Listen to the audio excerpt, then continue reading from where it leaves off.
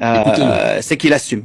Il va les voir, il prend le risque, du haut de ses 67 ans, donc le périple d'être lui-même attaqué, le risque d'être tombé sur une patrouille de Wagner, le risque de tomber sur la même alien, et en rentrant, il l'assume, il le dit ouvertement, qu'il a été voir le JNIM pour sortir ses otages. Et pourquoi selon lui? Parce que selon lui, et ce qui est en fait plutôt vrai, ces otages donc maliens, locaux, personne ne s'enquérit de leur sort.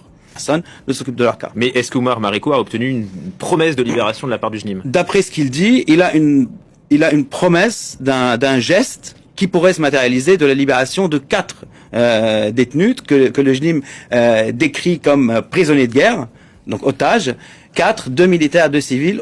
Il a les noms, il ne les a pas dévoilés, mais apparemment le JNIM fera un geste dans ce sens-là, donc la libération de 4 personnes, pour démontrer que la missive d'Omar Mariko marche. Et quelque chose d'important, c'est que cette initiative est vraiment personnelle de la part d'Omar Mariko et qu'elle ne s'inscrit pas dans les autres démarches de prise de contact avec le JNIM qui ont été formulées par l'opposition. On en a parlé ici, le CFR avec la garantie ou comme figure garante l'imam Diko. Donc c'est vraiment quelque chose qu'il fait de son côté.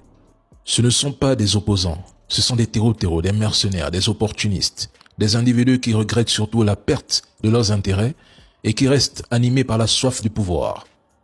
On les voit passer de plateau en plateau pour critiquer le général Assimi et les autorités actuelles. Mais il faut se poser la vraie question. Lorsqu'ils étaient aux affaires, qu'ont-ils réellement apporté aux Maliens? Même pas l'ombre d'un développement concret. Aucune avancée, juste des promesses en l'air. Ces gens changent de discours selon les circonstances et multiplient les alliances de circonstances simplement pour continuer à exister politiquement.